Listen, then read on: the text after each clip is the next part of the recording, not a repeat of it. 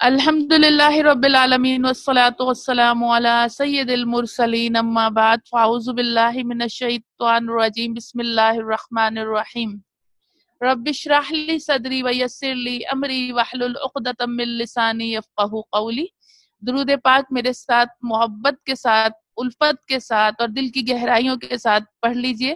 اللہم صلی علی محمد وعلی آل محمد کما صلیت علی ابراہیم وعلی آل ابراہیم انک حمید مجید۔ اللہم بارک علی محمد وعلی آل محمد کما بارکت علی ابراہیم وعلی آل ابراہیم انک حمید مجید۔ الحمدللہ آج ہم سورہ انفال کا خلاصہ کریں گے انشاءاللہ، اور بڑی اہم صورت ہے۔ یہ سورہ مدنی ہے، سورہ انفال جو ہے، جس طرح ابھی پیچھے ہم دو سورتیں جو پڑھ کر آ رہے ہیں، سورہ انعام اور سورہ اعراف، یہ دونوں مکی صورتیں تھی۔ اب سورہ انفال جو ہے یہ مدنی صورت ہے، اور یہ صورت جو ہے اس کے 75 آیات یعنی 75 آیات ہیں، اور اس کے 10 رکوع ہیں، 10 رکوع اس کے ہیں۔ اور یہ صورت جو ہے، پوری صورت غزوہ بدر کے معاملات پر نازل ہوئی۔ غزوہ بدر کے معاملات، پہلا غزوہ ہوا تھا اور اس کے معاملات پر یہ نازل ہوئی، اور یہ مدینے میں نازل ہونے والی دوسری صورت ہے۔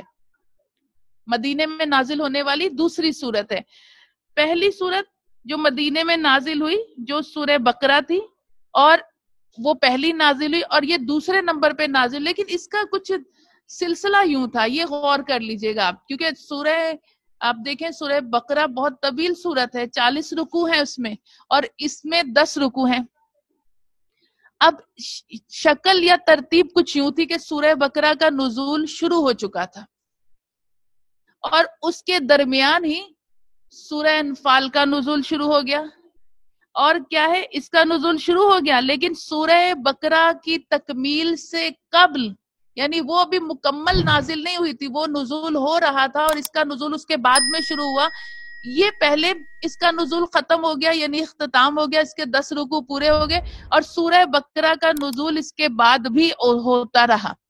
تو اس نسبت سے دوسری مدینے میں نازل ہونے والی دوسری سورہ ہے، اس لیے کہ یہ سورہ بقرہ کے بعد نازل ہونا اس کا شروع ہوا، یا نزول اس کا سورہ بقرہ کے بعد شروع ہوا، تو اس لیے ترتیب نزول کے اعتبار سے اس کا دوسرا نمبر ہے مدنی سورتوں میں۔ اچھا، سورہ انفال، سب سے پہلے ہم انفال کو دیکھیں گے۔ انفال ہے کیا؟ انفال نفل کی جمع ہے۔ نفل، جو نفل آپ پڑھتے ہیں، اس نفل سے انفال نکلا ہے، یعنی نفل سے انفال۔ نفل زائد چیز کو کہتے ہیں، زائد چیز جو ایکسٹرا ہمیں مل رہا ہوتا ہے اسے نفل کہتے ہیں، اور انفال نفل کی جمع، بہت ساری چیزیں زائد، غنیمتیں، یعنی مال غنیمت کو انفال کہا جا رہا ہے۔ تو یہی چیز ہم دیکھتے ہیں، اسی طرح جیسے ہم قرآن پاک میں پڑھتے ہیں، اللہ فرماتا ہے ہم نے ابراہیم علیہ السلام کو اسحاق دیا، یعنی بیٹا اسحاق دیا، ونافلہ، اور یعقوب دیا، یعنی ایکسٹرا پوتا جو ہے وہ یعقوب عطا فرمایا۔ تو یہ نفلہ زائد چیز کو کہا جاتا ہے، تو یہی چیز کہی جا رہی ہے۔ اب یہ سورہ انفال میں صرف ایک قسم کے احکام میں کثیر ہیں، یعنی مال غنیمت اور جہاد کے متعلق احکام زیادہ ہے۔ اس صورت میں آپ کو مال غنیمت اور جہاد کے متعلق احکامات ملیں گے سورہ انفال میں۔ اور اب جو ہے نفل کے معنی ہم نے جیسے پہلے بھی بتایا کہ انفال نفل کی جمع ہے، اور اس کا معنی مال غنیمت، یہاں اس سے مراد لی جا رہی، دیکھیں انفال نفل، اب انفال سے پہلے ال لگ گیا، جو کہ ہم نے شروع میں بھی آپ کو بتایا تھا، جب ال عربی کے کسی لفظ سے پہلے، کسی اسم سے پہلے لگتا ہے تو ال جو ہے یہ کامن ناؤن کو پراپر کر دیتا ہے، لیکن اب یہاں الانفال، الانفال سے مراد مال غنیمت، تو یہ مال غنیمت ہے۔ اور کفار سے چھینے ہوئے سامان سے جو چیزیں الگ کر لی جاتی ہیں اس کو نفل بھی کہا جاتا ہے۔ اور اس میں، اس صورت میں نفل جن معنی میں استعمال ہوا وہ ان دونوں معنوں کو شامل ہے، نفل اور غنیمت، یعنی یہ دونوں ایک ہی معنی میں شامل ہے سورہ میں، اور ہر غنیمت نفل ہے، لیکن ہر نفل غنیمت نہیں ہوتا. ہر غنیمت نفل ہے، زائد ہے، لیکن ہر نفل غنیمت نہیں ہوتا. اس لیے کہ مال غنیمت وہی مال ہے جو کافروں سے جہاد کے نتیجے میں حاصل ہوتا ہے. اب یہاں تھوڑی سی وضاحت اور میں کرتی چلو، اور آپ اس کو نوٹ کر لیجئے گا. دونوں چیزوں میں آپ فرق لکھ لیجئے گا، اور خود سے یا آپ سے یا اپنے گھر میں کسی سے یا کسی اپنی دوست سے یہ اس کو آپس میں ایک دوسرے کو بتائیے گا تاکہ آپ کے ذہن میں یہ رہ جائے. اب نفل غنیمت جو ہے یہ کفار سے جہاد کے نتیجے میں، یعنی لڑائی ہوئی، زور کی لڑائی ہوئی، گھوڑے دوڑائے، اور اس کے بعد جو کفار اپنا سامان چھوڑ کر میدان جنگ میں چلے گئے، وہ آپ کے لیے غنیمت ہے، مال غنیمت. اور یہ سب اہم چیز یاد رکھیے گا کہ یہ مال غنیمت دیگر امتوں پر حلال نہیں تھا، یہ اللہ نے اپنے نبی پاک صلی اللہ علیہ وآلہ وسلم کی امت پر حلال کیا. یہ یاد رکھیے گا. اور لوگوں پر حلال نہیں تھا، صرف امت رسول صلی اللہ علیہ وآلہ وسلم پر اللہ نے یہ مال حلال کر دیا اور ہمارے لیے اسے جائز قرار دے دیا کہ ہم اس کو استعمال کر سکتے ہیں.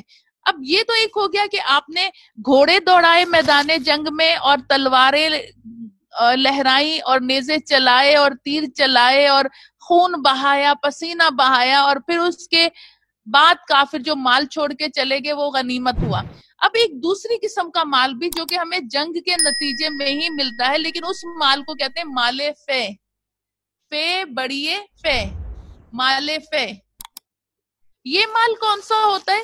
یہ بھی جب مسلمان جنگ کے میدان میں جاتے ہیں اور کافروں پر مسلمان کبھی کبھی لڑنے کی لڑائی کی نوبت ہی نہیں آتی، اور کافر آئے تو ہوتے ہیں جہاد کے لیے، لیکن مسلمانوں کا روب ایسا ان پر پڑ جاتا ہے کہ وہ اپنا سامان چھوڑ کے بغیر جنگ لڑے دوڑ جاتے ہیں. یعنی اچھا دوسرے لفظوں میں ہم اس کی ڈیفینیشن یوں کر سکتے ہیں، یعنی نہ آپ نے گھوڑے دوڑائے، اس کے لیے آپ آئے تو صحیح لیکن میدان جنگ میں گھوڑے نہیں دوڑائے، تلوار نہیں چلائی، نیزہ نہیں چلایا، تیر نہیں چلایا، آپ کو محنت نہیں کرنی پڑی، اور دشمن پر آپ کا خوف، آپ کی ہیبت طاری ہوگی، اور دشمن اپنا مال میدان جنگ میں چھوڑ کر دوڑ گیا، تو یہ مال غنیمت نہیں ہوگا، یہ مال فے ہوگا. تو یہ دو طرح کے مال ہے جو جنگ کے دوران حاصل ہوتے مسلمانوں کو. تو یہ ذہن میں رکھ لیجئے گا اور اس کو بھولیے گا نہیں، تاکہ ہمیں آگے جو ہے معاملات پڑھنے میں آسانی ہو اور سمجھنے میں آسانی ہو. اب ہم دیکھتے ہیں کہ اس کے نزول کے وقت معاملات کیا تھے کہ اس سورت کا نزول ہوا اور غزوہ بدر ہوا. 13 سالہ مکی زندگی میں رسول اکرم صلی اللہ علیہ وآلہ وسلم اہل مکہ کو دعوت حق دیتے رہے، اور دوران دعوت آپ کو اور آپ کے مٹھی بھر ساتھیوں کو کفار کی وحشت ناک اذیتوں کا سامنا کرنا پڑا یا اس سے دوچار ہونا پڑا. اور یہ سلسلہ جب دراز ہوتا گیا، کافروں کے مظالم دراز ہوتے گئے اور زیادہ بڑھتے چلے گئے، تو اللہ پاک نے اپنے نبی صلی اللہ علیہ وآلہ وسلم اور آپ کے اصحاب اجمعین، ان سب کو رضوان اللہ تعالی علیہ اجمعین کو ہجرت کا حکم فرما دیا. اور جب مسلمان ہجرت کر کے مکے سے مدینے تشریف لائے یا پہنچے، تو رسول رحمت صلی اللہ علیہ وآلہ وسلم نے سب سے جو پہلا کام کرا وہ انصار اور مہاجرین کو آپس میں رشتہ اخوت یعنی برادری کو قائم کر دیا.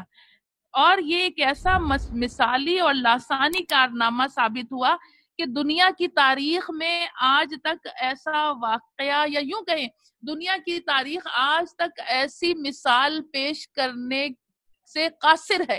ایسی مثال آپ کو تاریخ دنیا میں کسی بھی لشکر، بڑے لشکروں میں، بڑی افواج میں کہیں بھی ایسی مثل آپ کو مل ہی نہیں سکتی جو کہ یہاں مسلمانوں کی مثل پیش کی گئی. حضور پاک صلی اللہ علیہ وسلم نے جو انصار اور مہاجرین کا آپس میں رشتہ قائم کرا، اس مثال کو پیش کرنے سے دنیا عاجز ہے کہ ایسی کوئی مثال ملے. غیر مسلموں میں ہرگز نہیں، ایسی کوئی مثل نہیں ملتی.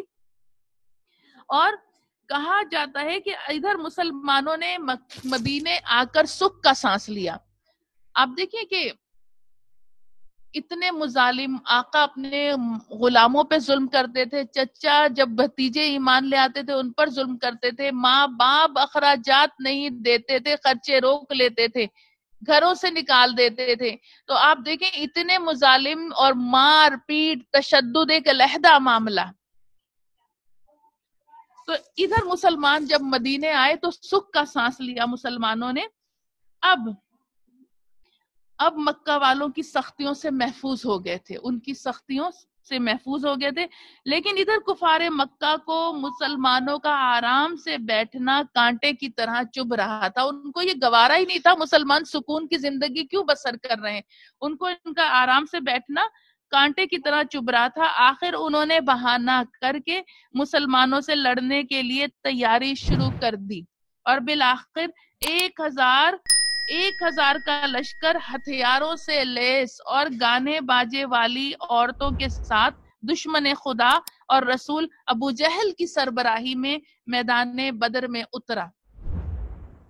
یہاں یہ بات یاد رکھیے گا کہ مسلمانوں کے لیے جب مدینے آ گئے تھے تو بھی کفار چین سے بیٹھنے دے رہے تھے. کبھی ان کی مال مویشی کھول کر لے جاتے, کبھی اونٹ کھول کر لے جاتے, کوئی جانور کھول کے لے جاتے, کبھی رستے میں کچھ نہ کچھ اس طرح کی شرارت کرتے تھے. تو اور یہ ہوتا تھا کہ جب مسلمانوں کا جب کفار کا قافلہ تجارت جب جاتا تھا شام کی طرف, تو ان کا جو گزر ہوتا تھا بدر کے میدان, بدر کے مقام سے ہو کر گزر ہوتا تھا, کیونکہ راستہ ہی ایسا تھا کہ بدر کو چھوڑ کر یہ گزر ہو ہی نہیں سکتا تھا. تو بدر سے ہو کر یہ گزرتے تھے, اور جو کہ بدر مدینے سے بہت زیادہ قریب تھا. تو آپ سوچے چھیڑ چھاڑ کتنی کرتے ہوں گے, مسلمانوں کو کتنا ستاتے ہوں گے. تو یہ معاملہ تھا. پھر ہوا یوں کہ حضور نبی پاک صلی اللہ علیہ وآلہ وسلم نے کچھ صحابہ کرام کے گروہ مرتب کرے, اور آپ نے فرمایا کہ کفار کے تجارتی لشکر گزرتے رہتے ہیں, تجارتی کے ساتھ ساتھ شرارتی کفار بھی یہاں سے گزرتے ہیں, تو تم جا کے مطلب ایک گھوم پھر کے, مطلب باہر کی ملک کے باہر کی جو مدینے کے باہر کے علاقے ہیں اس کی خبر لے کر آؤ کہ آیا کوئی گزر رہا ہے. اس طرح تمہارے آنے جانے سے کفار کی شرارتوں میں کمی آئے گی. تو اب مسلمانوں کے یہ قافلے جاتے تھے اور ان کی خبر لے کر آتے تھے کہ یہ گزرے کہ نہیں گزرے. اور اسی طرح کہتے ہیں کہ ایک موقع پر مسلمانوں کو یہ پتا چلا کہ ابو سفیان جو کہ اس وقت ایمان نہیں لایا تھا, تو ابو سفیان جو ہے اس کا تجارتی قافلہ گزر رہا ہے, لیکن چونکہ مسلمانوں کو یہ تھا کہ یہ شرارت کرتے ہیں کفار, تو اس نسبت سے اب کسی نے ابو سفیان اور یہ مسلمانوں کا یہ گروہ جو گزر رہا تھا, جس کو رسول کریم صلی اللہ علیہ وسلم نے, جو عرف عام اگر ہم کہیں کہ جاسوسی کے لیے, کہ کافروں کی نقل و حرکت پر نظر رکھنے کے لیے گروہ مرتب کرے ہوئے تھے, کہ انہیں ان کے آمنا سامنا ہو گیا. تو اب خیر وہ آمنا سامنا ہو گیا اور سارے معاملات ہوئے, لیکن لڑائی نہیں ہوئی. لیکن اس میں ہی ابو سفیان نے اپنے کیا کرا کہ اس کو خبر ملی, تو اس نے ایک گھوڑ سوار مکے کی طرف دوڑا دیا, اور اسے یہ کہا, مکے والوں کو کہا کہ اچھا اب ان کے یہاں یہ رواج تھا کہ جو ایسی خبر لے کے جاتا تھا, اس طرح کی ان کی تئیں بری خبر, وہ اپنے کانوں میں سوراخ کر لیتا تھا, اپنے جانور گھوڑے یا اونٹ جس کا بھی اس کا کان چیر لیتا تھا. تو اس طرح مطلب ایک جاہلانہ طریقہ تھا. اور یہ دوڑتا ہوا وہاں گیا اور ابو جہل کو کہا کہ مسلمان حملے کے لیے آ رہے ہیں, اور انہوں نے حملہ کر دیا. دوسری بات یہ یاد رکھیے گا, اس دور میں ایسا ہوتا تھا ایک بندہ جب جاتا تھا تجارت کے لیے تو دیگر لوگ اپنا سامان دے دیتے تھے, یہ ہمارا سامان بھی بیچ آنا اور ہمیں اس کے پیسے دے دینا. تو کافی قریش مکہ نے ابو سفیان کو اپنا سامان دیا تھا, جس کے جو بکنے کے بعد اس کے پیسے واپس آئے تھے. تو ان کو یہ بھی ڈر تھا کہ ہمارا مال کہیں مسلمان لوٹ نہ لیں معاذ اللہ, تو اس چیز کا بھی انہیں ڈر تھا. تو اب جب یہ گھڑ سوار وہاں پہنچا اور اس نے کہا کہ مسلمانوں نے حملہ کر دیا ہے, تو ابو جہل نے 1000 کا لشکر تیار کرا, اور 1000 کے لشکر میں کئی اونٹ تھے, بعض روایتوں میں آتے ہیں 900 اونٹ تھے یا اس سے بھی زیادہ اونٹ تھے, اور ان کے ہر فوجی کے پاس اپنا گھوڑا تھا, تلوار نیزے تھے, آلات حرب سے مراد جنگی سامان سے لیس تھے یہ لوگ. اور پھر ساتھ میں ابو جہل نے جو ہے گانے والی عورتیں بھی لے لی کہ ہمارے فوجیوں کا دل لگا رہے گا, یہ گانا گائیں گی معاذ اللہ. تو تو یہ بھی لے لیا اور شراب بھی لے لی ساتھ میں، اور روزانہ ایک جگہ ہم نے پڑھا کہ ایک اونٹ، اور ایک جگہ پڑھا کئی اونٹ کافروں کی ضیافت کے لیے پکتے تھے، ذبح ہو کر نہر کر کے اسے پکاتے تھے. اور یہاں مسلمانوں کے پاس عالم یہ تھا کہ سامان بھی تھوڑا، آلات حرب بھی تھوڑی، اور کھانے پینے کا سامان بھی تھوڑا تھا. لیکن اللہ جس کو فتح دے، اللہ جس کا ساتھ دے، تو وہ یقیناً جنگ جیتا ہے. تو یہ معاملہ ہوا. اب ابو سفیان جو ہے اس نے رستہ بدل لیا، وہ سمندر کے کنارے سے نکل کر آگے چلا گیا. اس طرح مسلمانوں کے ساتھ اس کا آمنا سامنا نہیں ہوا، مسلمانوں کے گروہ کے ساتھ. لیکن وہاں یہ ہوا کہ جب وہ ابو سفیان نے ابو جہل کے پاس ایک اور آدمی بھیج دیا کہ میں بخیریت آ رہا ہوں، کوئی مسلمانوں سے ٹکراؤ نہیں ہوا، کوئی جنگ نہیں، میں بحفاظت رستہ بدل کے آ رہا ہوں، لہٰذا اب اطمینان سے واپس مکے میں رہے، جنگ کے لیے نہ نکلے. لیکن ابو جہل نے کہا بس اب تو ہم نے مسلمانوں کو مزہ چکھانا ہے اور ہم جنگ لڑ کے ہی رہیں گے. ابو جہل نے جب یہ کہا اور وہ 1000 کا قافلہ لے کے جب نکلا اور وہ آیا، اور سب سے پہلے ہوا کیا کہ میدان بدر میں انہوں نے پہنچ کر اونچی جگہ پڑاؤ کر لیا. اپنے تئیں انہوں نے بہترین مورچہ تلاش کرا کہ اونچائی سے سب دشمن پر نگاہ رہے گی، اور کنووں پر، بدر پہ جو کنویں تھے ان پر قبضہ کر لیا کہ کنووں پر پانی پر قبضہ کریں گے. تو سمجھے جس نے پانی پر قبضہ کر لیا ہوتا ہے میدان جنگ میں پہنچ کر اونچی جگہ، تو گویا آدھی جنگ تو وہ جیت چکا ہوتا ہے. لیکن یہاں کفار کے مد مقابل کون تھا؟ حضور کے صحابہ کرام تھے، اللہ کے بندے تھے جو اللہ کی رضا کے لیے توکل علی اللہ کر کے نکلے تھے. تو اس نے تو یہ کر لیا. لیکن مسلمان جب آئے تو اس کے برعکس مسلمانوں کو نیچی جگہ ملی کھڑے ہونے کے لیے، اور ریتیلی جگہ تھی، ریت والی جگہ تھی. تو اللہ تبارک و تعالیٰ کی مدد آ پہنچی، اور اللہ تبارک و تعالیٰ نے ایسی بارش برسائی. مسلمانوں کے پاس پانی کا ذخیرہ بھی نہیں تھا، تو بارش برسائی. حضور نبی پاک صلی اللہ علیہ وسلم نے فرمایا حوض، چھوٹے چھوٹے حوض بنا کے پانی کو اسٹور کر لو. یاد رکھیے آج بھی ہمارے بلوچستان کی کچھ پٹیوں پر ایسی، جہاں بلوچستان کے کچھ علاقے ہیں جو مطلب اتنے وہ نہیں آباد، مکران کی طرف جاتے ہیں ہم اور دیگر جگہ کی طرف جاتے ہیں، تو وہاں ہم دیکھتے ہیں کہ وہ لوگ بھی بارش کے پانی پر پورا سال گزارا کرتے ہیں. کبھی کبھی بعض علاقے ایسے ہیں ان کے کہ وہ گڑھے بڑے بڑے کھود لیتے ہیں، اور اس میں بارش ہوتی تو پانی سٹور کر کے سارا سال اسی پانی کو استعمال میں لاتے ہیں. تو اسی طرح حضور پاک صلی اللہ علیہ وسلم نے فرمایا چھوٹے چھوٹے حوض بنا لو، پانی سٹور کر لو.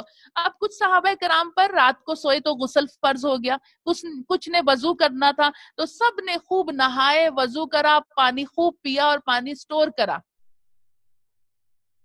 تو اب یہ ہوا کہ، اور یہ یاد رکھیے گا کیونکہ یہ 17 رمضان المبارک کو غزوہ بدر ہوا تھا، تو روزے کے ساتھ تھے. لیکن حضور نبی پاک صلی اللہ علیہ وسلم نے مسلمانوں کو کہا کہ روزہ افطار کر لیں، اور پھر نبی پاک صلی اللہ علیہ وسلم نے پہلے خود کھجور تناول فرمائی، پھر آپ کے صحابہ کرام نے، کیونکہ حضور سے پہلے صحابہ کرام کوئی عمل کرتے ہی نہیں تھے جب تک کہ نبی کریم صلی اللہ علیہ وسلم وہ عمل کر نہ لیں. تو حضور نے حکم دیا تو صحابہ کرام تھوڑا رکے، لیکن جب دیکھا سرکار دو عالم صلی اللہ علیہ وسلم نے اپنا روزہ افطار کر لیا، کیونکہ یہ قصر بھی تھا اور یہ سفر بھی تھا اور جنگ کی حالت بھی تھی، تو اس لیے روزہ افطار کر لیا تاکہ صحابہ کرام لڑ سکیں. تو اب یہ معاملہ ہوا کہ صحابہ کرام نے پانی سٹور کر لیا. اب دوسری بات کیا ہوئی، جو زمین ریتیلی تھی، جہاں ریت سے قدم بیٹھ نہیں رہے تھے، قدم جم نہیں رہے تھے، پانی پڑنے سے، بارش کا پانی پڑنے سے وہ زمین سخت ہو گئی اور قدم جمنا شروع ہو گئے. اس کے برعکس کفار جہاں بلندی پر کھڑے تھے، جس سخت زمین پر کھڑے تھے، وہ زمین پانی پڑنے سے وہ زمین کی تاثیر کیا ہوئی، قدم پھسلنے لگے، قدم جم نہیں رہے تھے ان کے، اور ان کو اس کا یہ نقصان ہوا، اور مسلمانوں کو اس کا یہ فائدہ ہوا بارش کا. یعنی اللہ نے موسم کی مدد بھی بھیجی، اور اس کے ساتھ اللہ نے فرشتوں کی فوج بھی بھیجی. کہیں آتا ہے 1000 فرشتے، کہیں آتا ہے 3000 فرشتے ہم نے مسلمانوں کی مدد کے لیے بھیجے. اور 3000 صحابہ کرام فرماتے ہیں کہ ہم کفار کی طرف جب اپنی تلوار چلاتے تھے تو ہماری تلوار ہوا میں یوں معلق رہ جاتی تھی اور ہمیں ایک شاں کی آواز آتی تھی جیسے کوئی ہتھیار چل رہا ہے، اور کافر کی گردن اڑ جاتی تھی.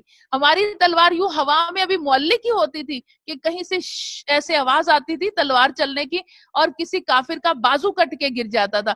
یعنی یہ فرشتے تھے جو کہ ان کفار پر اللہ کے حکم سے مدد کر رہے تھے. اور اللہ فرماتا ہے کہ یہ مدد جو تھی یہ تمہارے دلوں کا اطمینان تھا، وگرنہ اللہ اس پر قادر ہے کہ تن تنہا مسلمان خود ان پر فتح پا لیتے.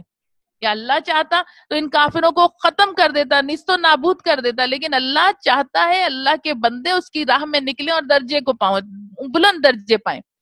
تو یہی معاملہ ہوا کہ اس طرح جو نبی پاک صلی اللہ علیہ وسلم، اچھا یہاں یہ بتانا بھی مقصود ہے، حضور نبی پاک صلی اللہ علیہ وسلم غزوہ بدر کی پوری رات آپ نے دعا کی، آپ روتے رہے، دعا کرتے رہے، اپنے رب سے یہ کہا کہ یا اللہ یہ مٹھی بھر مسلمان ہیں جو میں لے کر آیا ہوں تیری راہ میں، اگر آج یہ مٹھی بھر مسلمان ختم ہو گئے تو کل روئے زمین پر کوئی تیرا نام لینے والا نہیں ہوگا.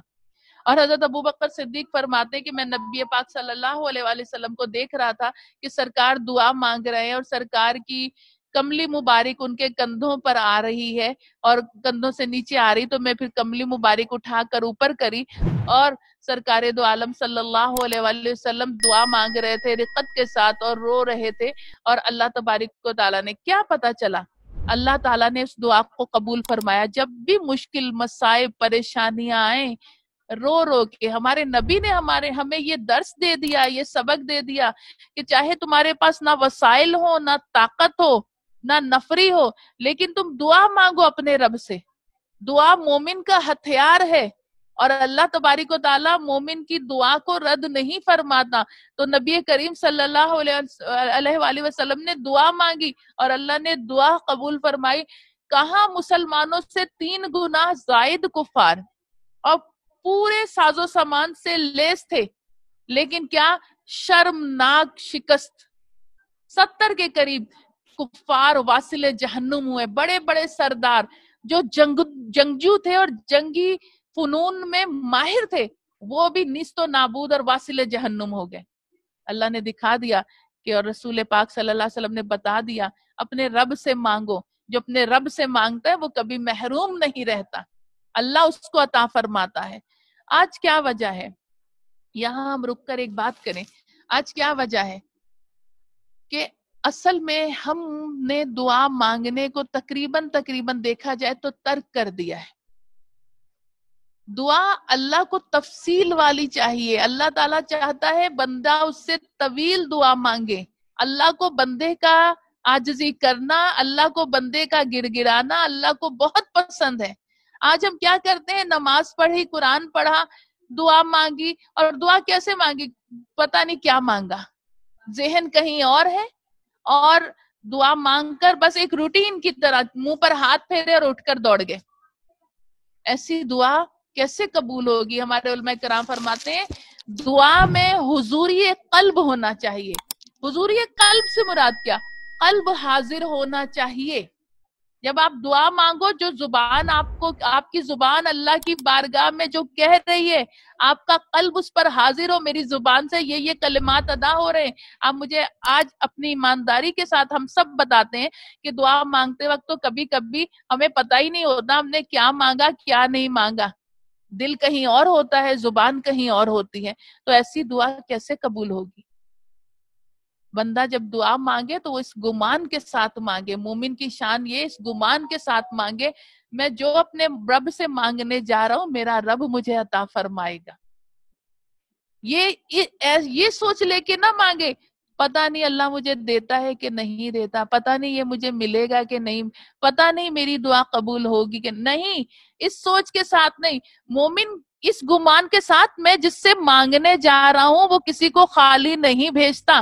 اس رب کی شان یہ ہے، میں جس رب سے مانگنے لگا ہوں وہ رب کسی کو خالی نہیں بھیجتا، کسی کو بے مراد نہیں رکھتا، بامراد کرتا ہے. جب اس یقین کے ساتھ، اس گمان کے ساتھ آپ اپنے رب سے مانگیں گے تو آپ یقین جانیے کہ اللہ تبارک و تعالیٰ آپ کی دعاؤں کو قبول فرمائے گا. تو دعا جب مانگے حضوری قلب کے ساتھ مانگے. میرے نبی نے صلی اللہ علیہ وآلہ وسلم نے بدر کی رات یہ بتا دیا کہ میرے امتیوں دعا کو اس طرح مانگا کرو، اس طرح گڑ گڑایا کرو، اپنے رب کے سامنے مچل مچل جایا کرو، آنکھوں سے آنسو بہایا کرو، بلک جایا کرو، تو تمہارا رب تمہاری دعاؤں کو رد نہیں کرے گا بلکہ تمہیں بامراد کرے گا اور تمہاری دعا کو مستجاب فرمائے گا. تو یہی معاملہ ہوا کہ پھر اللہ تعالیٰ نے مسلمانوں کو فتح عطا فرمائی. اس کے بعد نبی پاک صلی اللہ علیہ وآلہ وسلم نے میدان، جب بدر کی جنگ ہوئی تو اس سے پہلے آپ نے میدان میں اپنے مبارک عصا کے ساتھ اپنی لائنیں ڈرا کریں اور صحابہ کرام کو بتا رہے ہیں، لائن ڈرا کر کے بتا رہے ہیں یہاں مر کے ابو جہل گرے گا، یہاں فلاں کافر ولید بن مغیرہ گرے گا، یہاں عاص بن وائل گرے گا، یہاں فلاں کافر گرے گا مر کے، یہاں فلاں کافر گرے گا. اور صحابہ کرام فرماتے ہیں حضور نبی پاک صلی اللہ علیہ وآلہ وسلم نے جہاں جہاں لائن ڈرا کری تھی اپنے عصا مبارک کے ذریعے، جب میدان جنگ میں جنگ کا نقشہ بدلا اور کفار کو شرمناک ذلت و خواری والی شکست ہوئی اور جنگ ختم ہوئی، تو ہم نے دیکھا کافر جس کا نام میرے نبی کریم صلی اللہ علیہ وآلہ وسلم نے لے کر لائن ڈرا کری تھی یہاں فلاں کافر گرے گا، وہ کافر وہیں ہی گرا تھا، اس لائن سے ذرا بھی ہٹ کے نہیں گرا تھا، عین اس لائن پہ جس جگہ نبی کریم صلی اللہ علیہ وسلم نے لائن ڈرا کری تھی. آپ مجھے بتائیے آج دنیا میں ہم دیکھتے ہیں فلاں ملک کی آرمی بہت طاقتور ہے، پوری دنیا میں وہ پہلے نمبر پہ مانی جاتی تھی، دنیا میں دوسرے نمبر نہیں جاتی، فلاں جرنیل جو ہے اپنے ملک سے بہت مخلص ہے. یقیناً تو ہم دیکھتے ہیں کتنا بڑے سے بڑا جرنیل ہو جو دنیا بھر میں مانا جاتا ہو، جس کی فوج کا دنیا بھر میں ڈنکا بجتا ہو، وہ بھی جرنیل یہ بیان کرنے سے باہر ہے، اس کے اندر طاقت ہی نہیں کہ وہ بتا سکے اس جنگ کے بعد میدان جنگ کا نقشہ کیا ہوگا. لیکن میرے آقا سب جرنیلوں سے بڑھ کر جرنیل، کہ آپ نے میدان جنگ میں جنگ سے پہلے جنگ کا نقشہ بتا دیا کہ یہاں یہ ہوگا. یہ میرے نبی پاک صلی اللہ علیہ وآلہ وسلم کی شان کریمہ ہے جو اللہ نے آپ کو عطا فرمائی. تو اب جب ہم آگے چلتے ہیں، اب جو ہوا کہ کہا جاتا ہے کہ رسول کریم صلی اللہ علیہ وآلہ وسلم نے مسلمانوں کو جہاد کا حکم دیا. 313 جانباز سپاہی اپنے سے 3 گنا زیادہ باطل قوت سے ٹکرانے کے لیے تیار ہو گئے، لیکن مجاہدین اسلام کے پاس سامان حرب اور سواریاں بھی نہیں تھی. سامان حرب یعنی جنگی سامان اور سواریاں بھی نہیں تھیں. اور بقول مصنف شاہنامہ اسلام حفیظ جالندری صاحب فرماتے ہیں 3 تھے ان کے پاس 2 گھوڑے، 6 زرہیں اور 8 شمشیریں تھے ان کے پاس 2 گھوڑے، 6 زرہیں اور 8 شمشیریں. پلٹنے آئے تھے یہ لوگ دنیا بھر کی تقدیریں، پلٹنے آئے تھے یہ لوگ دنیا بھر کی تقدیریں. یہ لشکر ساری دنیا میں انوکھا اور نرالا تھا، یہ لشکر ساری دنیا میں انوکھا اور نرالا تھا، کہ اس لشکر کا سالار ایک کالی کملی والا تھا. حفیظ جالندری میدان بدر کا نقشہ اس طرح کھینچتے ہیں، اور حقیقتاً یہ ایسا ہی تھا کہ مطلب اللہ تعالیٰ نے کتنی شاندار فتح عطا فرمائی مسلمانوں کو. اور 3 گنا، یہاں 313 کا عدد ہے، یہ بار بار میرے ذہن میں آ رہا ہے کہ میں اس پر بات کیے بغیر آگے نہ بڑھوں. اور آپ کو میں بتاؤں 313 کا عدد عموماً آپ دیکھتے ہوں گے ہمارے مشائخ بزرگان دین کوئی وہ وظیفہ بتاتے ہیں یا کہتے ہیں کہ مسلمان کو تو ہر وقت درود پاک پڑھنا چاہیے، اگر ہر وقت نہ پڑھ سکے، زیادہ نہ پڑھ سکے، تو کم از کم ایک دن میں 313 مرتبہ تو پڑھے ہی پڑھے. اور دیگر بھی بعض وظائف بھی 313 کا عدد آتا ہے. یہ 313 کے پیچھے حقیقت کیا ہے، اس کی حقیقت جاننی ہے. اللہ نے دنیا بھر میں 1,24,000 کم و بیش انبیاء کرام بھیجے، جن میں سے 313 رسول. ہر رسول نبی ہوتا ہے، لیکن ہر نبی رسول نہیں ہوتا. رسول کی رسالت کے لیے کتاب یا صحیفوں کا ہونا شرط ہے.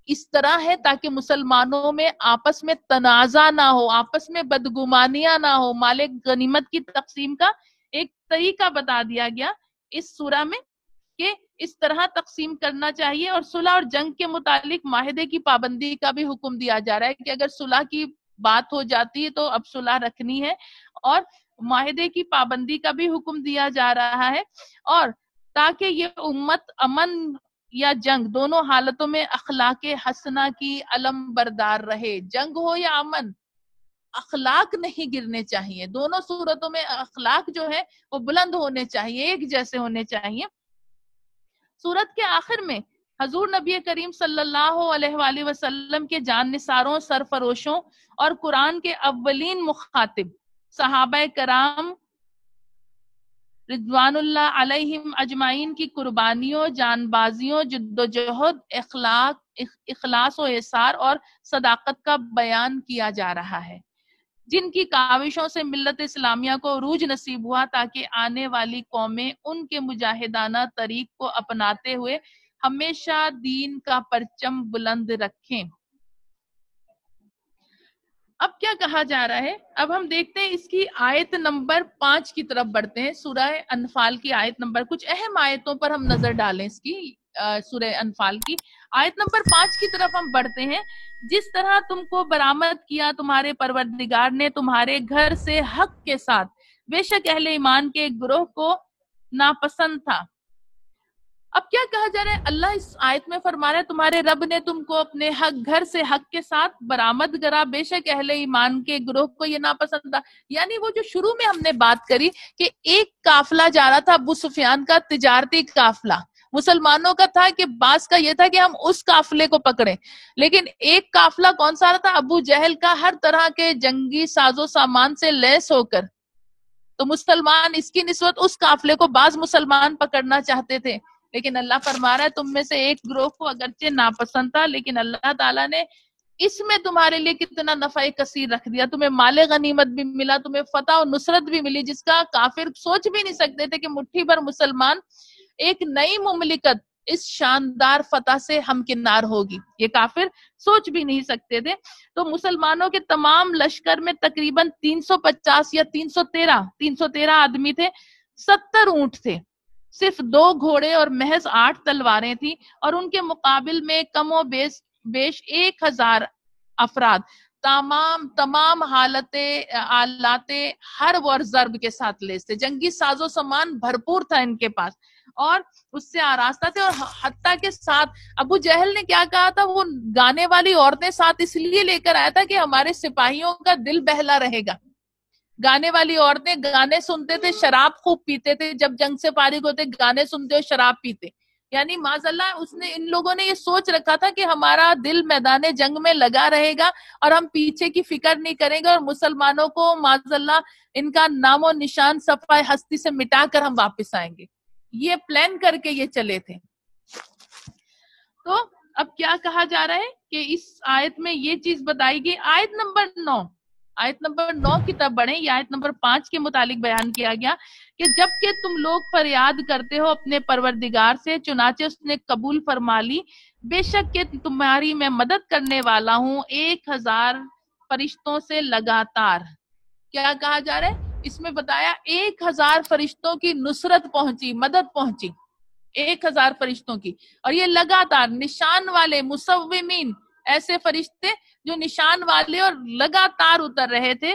تو یہ لگاتار یہ فرشتے اترے، وہی ہے جو لشکر. اچھا، یہ 1000 کی تعداد کو اگر ہم دیکھیں تو یہ وہی فرشتے ہیں. یہ 1000 صرف وہ ہیں جو فرشتوں کی قطاروں کے آگے آگے جو فرشتے تھے، جو کمانڈ کر رہا تھا، ہر نفری کو جو فرشتہ کمانڈ کر رہا تھا اس کے پیچھے کئی فرشتے تھے. لیکن یہ 1000 کی گنتی تو وہ تھی جو کمانڈر فرشتے تھے، 1000 صرف یہی تھے، اور پیچھے جو تھے اور تعداد تھی. تو آپ سوچیں اللہ نے کتنے فرشتے اتارے ہوں گے. یہ سردار تھے، یہ ملائکہ. آیت نمبر 11 میں ایک بہت اہم اللہ کی مدد کا ذکر ہو رہا ہے کہ جب کہ طاری کر رہا ہے تم پر اونگ اور اپنی طرف سے امن کے لیے، اور گرا رہا ہے تم پر آسمان سے پانی کے بعد طہارت کر دے تم کو اس سے اور دور کر دے تم سے شیطان کی ناپاکی، اور تاکہ ڈھارس بندھائے تمہارے دلوں کی اور تمہیں ثابت قدم رکھے۔ اب کیا یہاں کن مدد کا ذکر؟ ایک فرشتوں کی مدد تو علیحدہ، لیکن اس کے ساتھ ساتھ اللہ فرما رہا ہے ہم نے تمہیں ایک نعمت عطا فرمائی، میدان جنگ میں اونگ، تلواروں کی چھاؤں میں، نیزوں کی چھاؤں میں، تیر کی چھاؤں میں اونگ آنا۔ یہ اللہ کی بڑی ایک رحمت تھی۔ یعنی آپ سوچیں اونگ آنا، اس وقت تو نیندیں اڑ جاتی ہیں کہ اب پتہ نہیں آگے ہونے کیا والا ہے، ابھی میدان کا نقشہ کیا بدلنے والا ہے، لیکن اللہ کی طرف سے صحابہ کرام کو جو اونگ آئی، اور صحابہ کرام اس کی کیفیت کیا بیان کرتے ہیں، کتنے ایسا لگتا تھا ہم بیٹھے ہوتے تھے یا کھڑے ہوتے تھے، ہمارے ہاتھ سے اونگ کی وجہ سے تلوار گرنے لگتی تھی، ہم یوں کر کے اسے پکڑتے تھے تلوار کو، اور پھر کہتے ہیں کہ وہ ایک اونگ جو تھی ہماری، مطلب جیسے انسان ایک نیند لے کے فریش ہو جاتا ہے، کہا اس اونگ میں ہم فریش ہو رہے تھے، جیسے ہم نے پوری ایک بھرپور نیند لے لی ہو۔ تو یہ اللہ کی طرف سے رحمت تھی اونگ، کہ ہم نے تمہیں اونگ بھیجی، اور اپنے تمہارے اوپر ہم پانی گرا رہے تھے، تم میں سے بعض پر غسل فرض ہو گیا تھا، بعض پر وضو فرض ہو گیا تھا، پانی پینے کا ختم ہو گیا، ہم نے آسمان سے پانی برسایا اور تمہیں طہارت کر دیا، کہ پانی تمہیں پاک کر دے، طہارت والا کر دے، اور تم سے دور کر دے شیطان کی ناپاکی کو۔ یعنی جو سوتے میں غسل فرض ہوتا ہے، سوتے میں مردوں پر بھی ہوتا ہے نیند میں، ہم نے اس کا ذکر طہارت کے معاملات میں کیا تھا، لیکن آپ کی سمجھ کے لیے ہم پھر سے کر دیں کہ حضور نبی پاک صلی اللہ علیہ وسلم فرماتے ہیں کہ جب تم میں سے کوئی سوئے اور جب اٹھے تو اپنے کپڑوں پہ تری پائے، یعنی کپڑوں کو گیلا پائے، تو اسے چاہیے کہ غسل کر لے، چاہے اس نے خواب میں کوئی شیطان نے اس کو وسوسہ دیا شہوت کا یا نہیں دیا، لیکن اگر کپڑوں پہ تری ہے، اس کے پاجامے میں یا اس کی شلوار میں یا کسی بھی کپڑے میں جو پہنا ہوا ہے اس نے، اس پہ تری ہے، گیلا پن ہے، تو اسے چاہیے غسل کر لے پاکی کا، کہ شیطان نے کہیں وسوسہ نہ دلا دیا ہو۔ تو یہ شیطان کی ناپاکی دور کر دی جو سوتے میں۔ تو حضرت ام سلمہ نے کہا کیا عورتوں کو بھی ایسے ہوتا ہے؟ تو آپ نے فرمایا عورتوں کو بھی ہے، اس کو کہتے ہیں احتلام، جو سوتے میں کپڑوں پہ گیلا پن آ جائے اور ناپاک ہو جائے انسان، اسے کہتے ہیں احتلام، مردوں کو بھی ہوتا ہے اور یہ عورتوں کو بھی ہوتا ہے، جیسے ہی بلوغت تک پہنچتے ہیں تو پھر اس طرح کے معاملات سوتے میں احتلام ہونا شروع ہوتا ہے، یہ بلوغت کے معاملات ہوتے ہیں۔ تو کیا کہا کہ تاکہ تم سے شیطان کی ناپاکی دور کر دے اور ڈھارس بندھائے۔ اچھا دیکھیں، یہ ڈھارس بندھائے تمہارے دلوں کی اور تمہیں ثابت قدم، یہ تو صحابہ کرام کی عظیم جماعت تھی، اس پر تو کوئی کلام ہی نہیں، ان کے درجات پر، ان کے اس پر۔ لیکن یہاں جب چونکہ غسل فرض کی بات ہوئی تو یہاں یہ بھی یاد رکھیے گا، فرض غسل ہو جائے تو جتنی جلدی غسل کر لیں اتنا اچھا ہے، تاکہ وہ ایک اس غسل فرض ہونے کی وجہ سے طبیعت پر ایک بوجھل پن، اور بہت سارے صحابہ کرام اس میں روایت کرتے ہیں کہ ہم پر جب غسل فرض ہو جاتا ہے تو جب ہم غسل کر لیتے ہیں تو ہمیں یوں لگتا ہے کہ ہم ہلکے پھلکے ہو گئے، جب تک غسل کی کیفیت میں رہتے ہیں تو بوجھل طبیعت بوجھل رہتی ہے، تو جیسے غسل کر لیتے ہیں تو یوں لگتا ہے ہلکے پھلکے ہو گئے، سارا بوجھ اوپر سے اتر گیا ہو۔ تو یہی کہا کہ تاکہ ڈھارس بندھائے تمہارے دلوں کی اور تمہیں ثابت قدم رکھے۔ پھر اب غنودگی کے عالم میں انسان بالکل مطمئن ہو جاتا ہے اور اس کو کسی قسم کا خوف نہیں ہوتا۔ اور کفار قریش نے بدر میں پہنچنے سے پہلے پانی پر قبضہ کرا، مسلمان خوفزدہ اور پیاسے تھے، اور بعض جنبی تھے، یعنی غسل فرض تھا، انہیں پینے کے لیے پانی میسر نہ تھا نہ غسل کے لیے، اور ریت ان کے پاؤں سے دھس رہے تھے ریت میں، اور ہوا سے ریت اڑ رہی تھی، اور شیطان ان کے دلوں میں وسوسے ڈال رہا تھا کہ اگر تمہارا دین سچا ہوتا تو تم ان مصیبت میں نہ مبتلا ہوتے۔ پھر اللہ نے مدد بھیجی اور بارش نازل فرمائی، جس سے ریت جم گئی، ان کی پیاس بجھ گئی، اور انہوں نے غسل کر لیا، اور انہوں نے زمین کھود کر حوض بنا لیا جس میں انہوں نے بارش کا پانی اکٹھا کر لیا اپنے استعمال کے لیے۔ تو آپ دیکھیں کتنی، اور ادھر کافروں کے پاس پانی نہیں رہا، بارش ہوئی تو سب چیزیں ان کی وہ ہو گئی۔ تو رات کے اندھیرے میں، کیونکہ رات کے وقت جنگ رک جاتی تھی، تو رات کے اندھیرے میں صحابہ کرام نے دیکھا کہ دو کافر آ کے مسلمانوں کے حوض سے پانی لے رہے ہیں، یعنی وہاں سے وہ پانی لے رہے ہیں۔ تو ان کے پانی، اس کا مطلب ان کا پانی ختم ہو گیا تھا، لیکن ان کو نبی پاک صلی اللہ علیہ وسلم نے فرمایا ان کو کچھ نہ کو، کیونکہ پانی لینے آئے ہیں، پانی پہ ہم کوئی پابندی نہیں لگائیں گے۔ جب ارادہ کرا کہ ان کو پکڑا جائے تو منع کر دیا۔ آیت نمبر 16 کی طرف بڑھتے ہیں. اور جو ان کے اس دن پیٹ پیچھے پھرا مگر لڑنے ہی کے لیے پیترا بدلا یا اپنے جتھے میں جا ملنے کے لیے، تو بے شک وہ ہو گیا اللہ کے غضب میں اور اس کا ٹھکانہ جہنم ہے. اچھا، اب کیا کہا جا رہا ہے؟ یہ بات ذہن نشین رکھیں کہ فرار نہ ہونے کا حکم اس صورت میں جب کافر تعداد میں دگنے سے زیادہ ہوں. اگر دگنے ہو تو جنگ سے پیٹ پھیرنی نہیں ہے، ٹھیک ہے. اور اگر دگنے سے زیادہ ہو تو پیٹ پھیر سکتے ہیں کہ اب لگ رہا ہے شکست ہونے والی ہے. تو فرض فوج کے لیے کیا کہا جا رہا ہے کہ عدد کی رعایت، ذوف قوت اور عدد کی رعایت کی جائے گی. چنانچہ اگر کفار 3 گنے زیادہ ہوں گے تو پھر مسلمان ان سے پیٹ موڑ کر بھاگیں گے، تو یہ حرام اور ناجائز نہیں ہوگا. مگر جمہور کے نزدیک، یعنی جمہور سے مراد، یہ ذہن میں رکھیں، ہم جب جمہور علماء کی بات کرتے ہیں فقہ کی لینگویج میں، تو جمہور سے مراد جمہوریت. کیا اکثر علماء کی اس پر اتفاق رائے کرتی. جمہور علماء کا جب ذکر آئے گا تو علماء کی اکثریت اس پر اتفاق رائے کرتی، ذہن میں رکھیے گا. تو جمہور کے نزدیک 100 مسلمان کا 200 کافروں سے کسی حال میں بھی بھاگنا جائز نہیں، اور اگر کافر 200 سے زیادہ ہو تو ان سے بھاگنا اگرچہ جائز ہے، لیکن صبر و استقامت سے ان کے مقابلے پر جمع رہنا اور ڈٹے رہنا احسن اور افضل ہے. اور اندلس میں طارق بن زیاد نے صرف 1700 مسلمانوں کے ساتھ عیسائی حکمران زریق کا مقابلہ کرا جو 70,000 سواروں کے ساتھ آیا تھا. 1700 مسلمان اور 70,000 سوار، لیکن اللہ پر بھروسہ، توکل علی اللہ. اب اس چیز میں 2 معاملات اور سن لیجئے. میدان جنگ میں پیٹ دینا 2 صورتوں میں کہا جاتا ہے کہ جائز. جیسے ایک فوجی لڑتے لڑتے دشمنوں کی صفوں میں گھس گیا، اب اسے یاد آیا کہ میں تو بہت آگے نکل گیا اور میرے ساتھی پیچھے رہ گئے، تو اب وہ پیٹ دے کر آ سکتا ہے، تو اللہ کے غضب اور ناراضگی میں نہیں آئے گا. اور دوسری صورت کہ دشمن کو جنگ میں مغالطے میں ڈال دینا، کہ اچانک قدم پیچھے ہٹانے شروع کر دیا، دشمن سمجھے کہ یہ مسلمانوں کے قدم اکھڑ رہے ہیں، پیچھے کرنے شروع کر دیا، دشمن کو ایک مغالطے میں ڈال دیا، ایک گمان میں ڈال دیا. دشمن اب ذرا سے لاپرواہ اور بے فکرے ہوئے کہ پلٹ کر پھر سے بھرپور حملہ کر دیا. تو یہ 2 صورتوں میں جائز ہے، اور باقی وہ صورتیں اوپر کی جو بیان کری اس کا بھی ذکر ہے. ٹھیک ہے. تو اب آگے جو اس میں آ رہا ہے آیت نمبر 17 کی طرف بڑھتے ہیں. بڑی اہم آیت ہے. وما رمیتا اذ رمیتا ولکن اللہ رما. بڑی اہم آیت. اور وہ تم نے خاک نہیں پھینکی جبکہ تم نے پھینکی، لیکن پھینکی اسے اے محبوب آپ کے رب نے. کیا کہا جا رہا ہے؟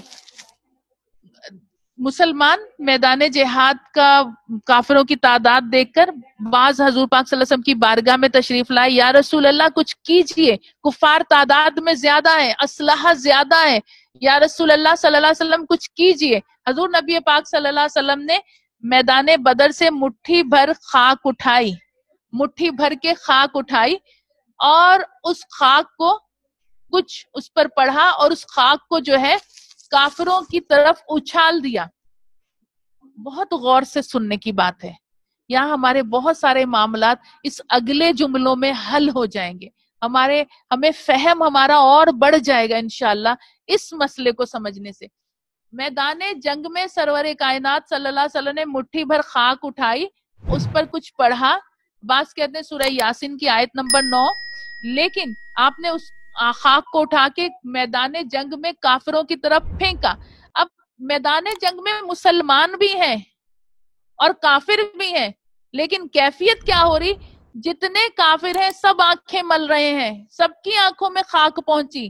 1000 سب کی آنکھوں میں وہ حضور کی مٹھی بھر پھینکنے والی خاک گئی، لیکن مسلمان آنکھ نہیں مل رہے. مسلمانوں کی آنکھیں متاثر نہیں ہوئی، کافروں کی آنکھیں متاثر ہوئی. یعنی حضور کا پھینکنا دیکھیں کیسا پھینکنا ہے کہ اللہ فرما رہا ہے میرے محبوب جو خاک آپ نے پھینکی، آپ نے نہ پھینکی. بظاہر دست مبارک تو آپ کا تھا، لیکن وہ خاک آپ کے رب نے پھینکی، اس میں مدد اللہ کی تھی. تو یہ کہا جا رہا ہے کہ آپ نے وہ خاک پھینکی اور اللہ تعالیٰ نے اس میں قدرت خداوندی کے اس ایک مٹھی خاک کو ہر کافر کی آنکھوں تک پہنچا دیا، اور سب کافر، میدان جنگ کے سب کافر جو تھے آنکھیں ملنا شروع ہو گئے۔ پھر آگے چلتے ہیں آیت نمبر 24۔ اے ایمان والو اپنی حاضری سے جواب دو اللہ اور اس کے رسول کا جب پکاریں تم کو۔ اب یہ کیا علماء کرام اور فقہاء کرام فرما رہے ہیں کہ اپنی حاضری سے جواب دو اللہ اور اس کے رسول کا جب پکاریں وہ تمہیں، یعنی کس میں کہا جا رہا ہے؟ نماز کا مسئلہ، یعنی یہ کہا کہ اگر کوئی فرض نماز میں، اس آیت کی روشنی میں فقہاء کرام فرماتے ہیں کہ اگر کوئی فرض نماز میں بھی ہو اور اللہ کا پکارنا تو رسول، اللہ کا پکارنا تو برکت کے لیے، رسول کا پکارنا در حقیقت اللہ کا پکارنا ہے، کہ جب پکارے رسول تمہیں نماز کے دوران بھی تو ان کو آواز دے دو، تو نماز توڑ کر رسول کی بارگاہ میں حاضر ہونا اس پر اب فرض ہوگا، کیونکہ اللہ نے یہ آیت نازل کر دی کہ نماز حالت، فقہ کرام فرماتے ہیں اس سے یہ پتا چلا کہ فرض نماز بھی مسلمان پڑھ رہا ہے اور رسول بلا رہے ہیں، تو مسلمان نماز توڑ کر یا نماز سے نکل کر رسول کے پاس جائے گا اور اس کا یہ عمل۔ اچھا اب یہ سمجھیے پہلے اس چیز کو، ایک صحابی نماز پڑھ رہے تھے، نبی پاک صلی اللہ علیہ وسلم نے حالت نماز میں، وہ نماز پڑھ رہے تھے، آپ نے ان کو بلایا، انہوں نے دل میں سوچا میں نماز مکمل کر کے رسول پاک صلی اللہ علیہ وسلم کی بارگاہ میں جاؤں گا۔ اب جب نماز مکمل کر لی اور نبی پاک صلی اللہ علیہ وسلم کی بارگاہ میں پہنچے تو حضور نے فرمایا میں نے تمہیں پکارا تھا، آپ آئے نہیں۔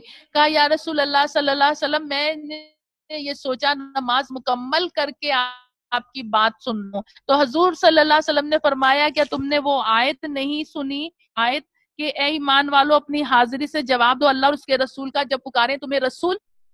اس سے کیا مراد کہ نماز میں بھی بندہ ہے، رسول پکاریں گے تو وہ نماز میں جس جگہ ہے وہاں سے جا کے رسول کا حکم سن کر آئے گا، اور اگر حضور اس سے، فقہاء کرام فرماتے ہیں حضور اس سے کوئی خدمت لیں گے کہ فلاں کام کراؤ فلاں کام کراؤ، وہ کام کر کے بھی آ جائے گا، اور پھر اس کے بعد آ کے اس کی نماز کہاں ہوگی؟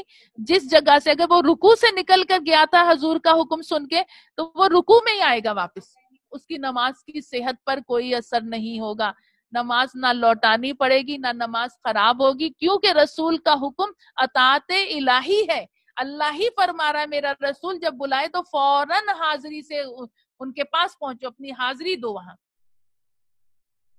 تو آج دیکھیں یہاں میں آپ کو ایک بات کلیئر کرتی چلوں، دوران نماز اگر کسی بندے یا بندی کا سینہ قبلہ سے پھر گیا تو نماز گئی۔ دوران نماز اگر آپ نے فاتحہ پڑھنے کے بعد کوئی سورت سٹارٹ نہیں کری، کیونکہ ہمیں پے در پے عمل کرنے ہوتے، کوئی سورت سٹارٹ نہیں کری، پڑھنا شروع نہیں کری چھوٹی سورت، اور 3 مرتبہ جیسے جب جن رکعتوں میں چھوٹی سورت ملاتے ہیں فاتحہ کے بعد، تو 3 مرتبہ سبحان اللہ کہنے کی مقدار اگر وقت نکل گیا تو نماز گئی۔ تو اتنا وقت، تو یہاں یہ ہے کہ سینہ پھر گیا قبلے سے تو نماز گئی، اور اگر دوران نماز منہ سے 2 الفاظ نکلے، 2 حرف، 2 الفاظ نہیں 2 حرف، 2 حرف ایک ہوتا ہے الف ایک ہوتا ہے با، یہ پوری حروف تہجی۔ اب کوئی ایسا جملہ جو 2 حرف کو ملا کے بنا ہو اور دوران نماز آپ کے منہ سے نکل گیا، تکلیف سے نکلا آہ، الف اور ہا، نماز سے باہر۔ اگر نکلا آخ، برا سوچتے کسی کو، الف اور خا، آخ 2 حرف بن گئے، نماز سے باہر۔ کوئی بھی ایسا لفظ جو 2 حروف بن جائے آپ نماز سے باہر۔ لیکن یہاں کیا کہا جا رہا ہے؟ رسول جب پکارے، رسول کا حکم سننے کے لیے نماز میں سے نکل کر جاؤ، رسول کا حکم سنو، جو خدمت کرنے کا کہیں وہ خدمت بجا لا کر واپس نماز میں اسی رکن میں شریک ہو جاؤ جس رکن کو چھوڑ کر گئے تھے، تمہاری نماز نہیں خراب ہوگی، کیونکہ یہ تم اطاعت الہی ہی کر رہے تھے۔ اللہ نے فرمایا کہ رسول جب بلائیں تو دوڑ کے جاؤ چاہے نماز میں ہی ہو۔ تو یہ معاملہ ہو گیا۔ اب آگے ہم چلتے ہیں آیت نمبر 30 کی طرف۔ یہ پچھلی جو آیت تھی یہ 24 تھی جو ابھی ہم نے پڑھی، جس کا مسئلہ پڑھا، اور یہ جو تھی، یہ جو آیت تھی، یہ جو آیت ہے یہ ہے 30:30 اور جبکہ فریب دیتے رہے تم کو کافر تاکہ تم کو جیل میں کر دیں یا ختم کر دیں یا ملک سے نکال دیں. اب کس چیز کا ذکر آ رہا ہے آیت نمبر 30 میں کہ فریب دے رہے تھے تمہیں کافر, آپ کو نظر بند کر, آپ کو قید کر دیں یا معاذ اللہ آپ کو شہید کر دیں یا معاذ اللہ آپ کو ملک سے نکال دیں. حضور نبی پاک صلی اللہ علیہ وسلم کو شہید کرنے کی کفار کی ناپاک سازش کا ذکر آ رہا ہے. آپ کو شہید کرنے کا ذکر آ رہا ہے کہ شہید کرنے کی سازش کی تھی. انہوں نے پلان یہ بنایا تھا ابو جہل نے کہ ایسا کرتے, یہ ان کا دارالندوہ ہوتا ہے جہاں ان کی میٹنگز ہوتی تھی.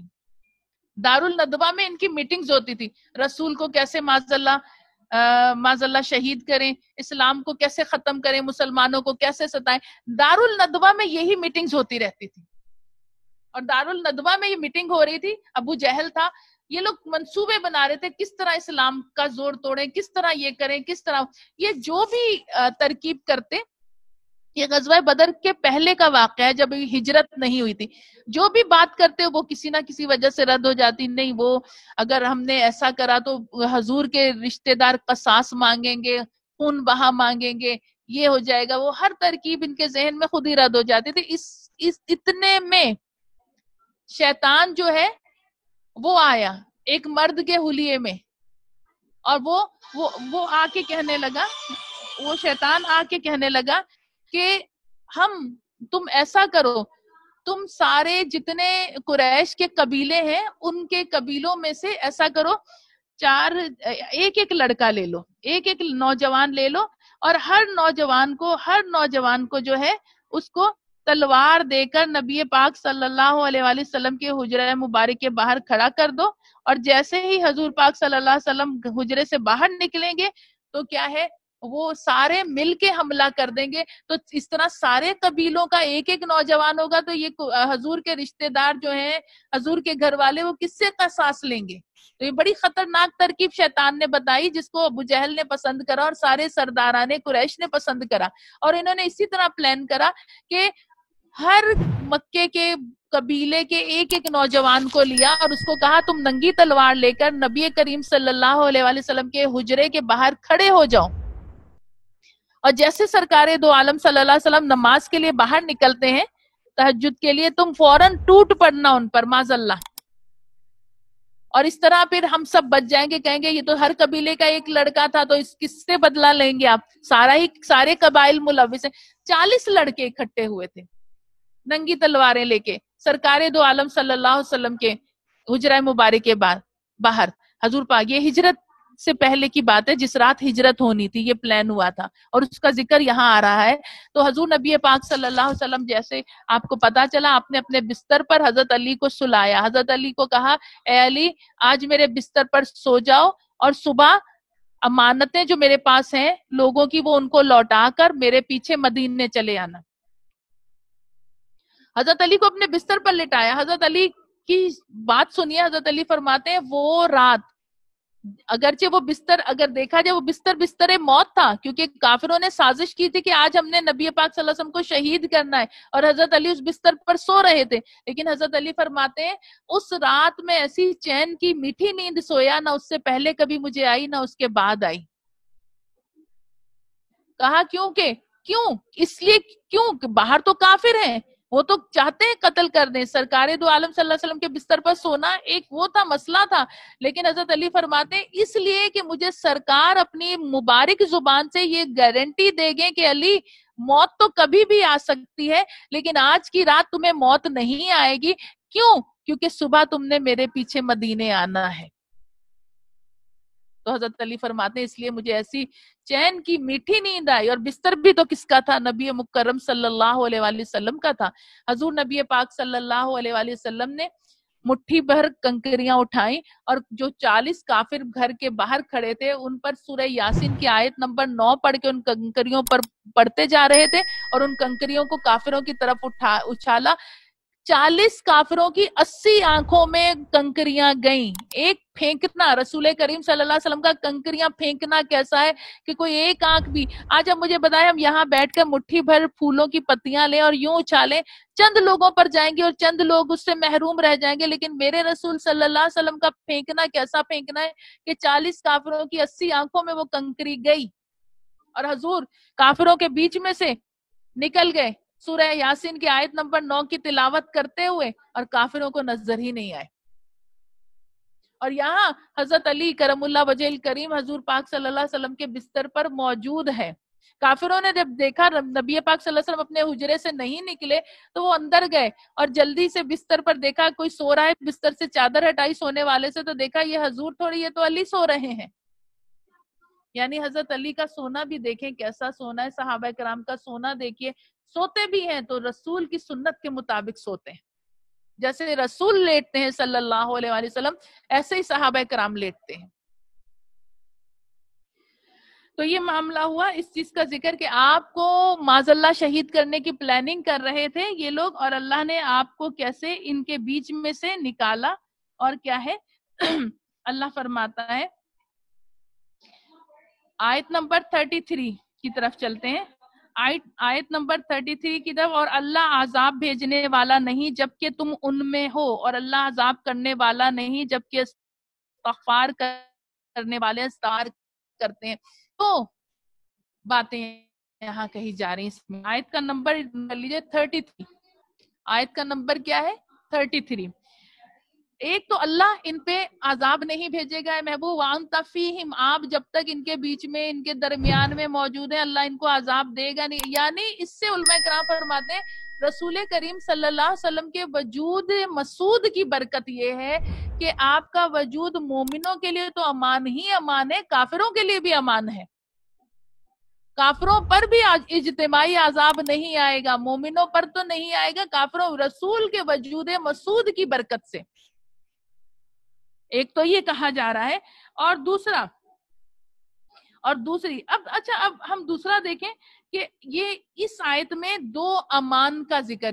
جیسے پہلے زمانے میں بادشاہوں کے دربار میں نہیں کہا جاتا، میں آپ سے سمجھانے کے لیے آپ کو بتا، بادشاہوں کو کہا جاتا تھا حضور جان کی امان پاؤں تو کچھ عرض کروں، یعنی آپ یہ مجھے قتل نہ کر دیجئے، میری جان بخشی کر دیں تو میں آپ کو کچھ کہنے کی کوشش کروں. تو کہا جا رہا ہے اس آیت میں 2 امان کا ذکر ہے. ایک امان رسول پاک صلی اللہ علیہ وسلم، آپ ہیں دنیا میں، مسلمانوں کو امان ہے، اور کافروں کو بھی آپ کے وجود کی برکت سے امان ہے، ان پر اجتماعی عذاب نہیں آئے گا.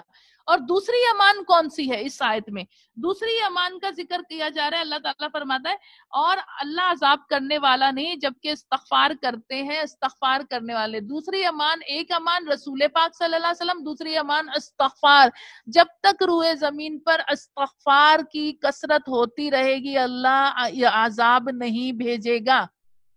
تو آج ہم کیوں کمی کر رہے ہیں؟ ہمیں تو واضح خوشخبری دے دی گئی استغفار کثرت سے کرو، میں اپنے عذاب تم پر نہیں بھیجوں گا. کیا ہم نے استغفار کی کثرت چھوڑ دی؟ ہم نے استغفار کرنی چھوڑ دی. نبی کریم صلی اللہ علیہ وآلہ وسلم فرماتے ہیں استغفار کو لازم کر لو. میں روزانہ دن میں 70 مرتبہ استغفار کرتا ہوں. ایک دوسری حدیث میں فرماتے ہیں استغفار کو لازم کر لو، میں دن میں خود 100 مرتبہ استغفار کرتا ہوں. مجھے بتائیے رسول پاک صلی اللہ علیہ وآلہ وسلم مغفور رسول ہیں، ایسے رسول جن کی مغفرت کر دی. آپ جب روزانہ 70 اور 100 مرتبہ استغفار کرتے ہیں تو ہمیں کتنی کرنی چاہیے؟ مفسرین فرماتے ہیں جو دن میں 100 مرتبہ استغفار پڑھتا ہے اللہ اس کے کام آسان فرما دیتا ہے. جو دن میں 100 مرتبہ استغفار پڑھے گا اللہ اس کے کام آسان فرما دے گا. جو دن میں 700 مرتبہ استغفار پڑھے گا اللہ اس کو مستجاب الدعوات بنا دے گا، اس کی ہر دعا قبول ہوگی. جو دن میں 700 مرتبہ استغفار کرے گا اللہ اس کی دعائیں قبول، مستجاب الدعوات، اس کی دعا اللہ قبول فرمائے گا. کتنا آسان طریقہ ہے مجھے بتائیے. آدھا گھنٹہ بھی نہیں لگے گا 700 مرتبہ استغفار پڑھنے میں، اور ہم غفلت میں پڑے ہوئے ہیں. استغفار سے غافل ہیں. استغفار امان ہے، رسول کریم صلی اللہ علیہ وسلم امان ہے. تو استغفار بھی کریں اور درود پاک بھی پڑھیں تاکہ ہمیں دونوں امانے مل جائیں.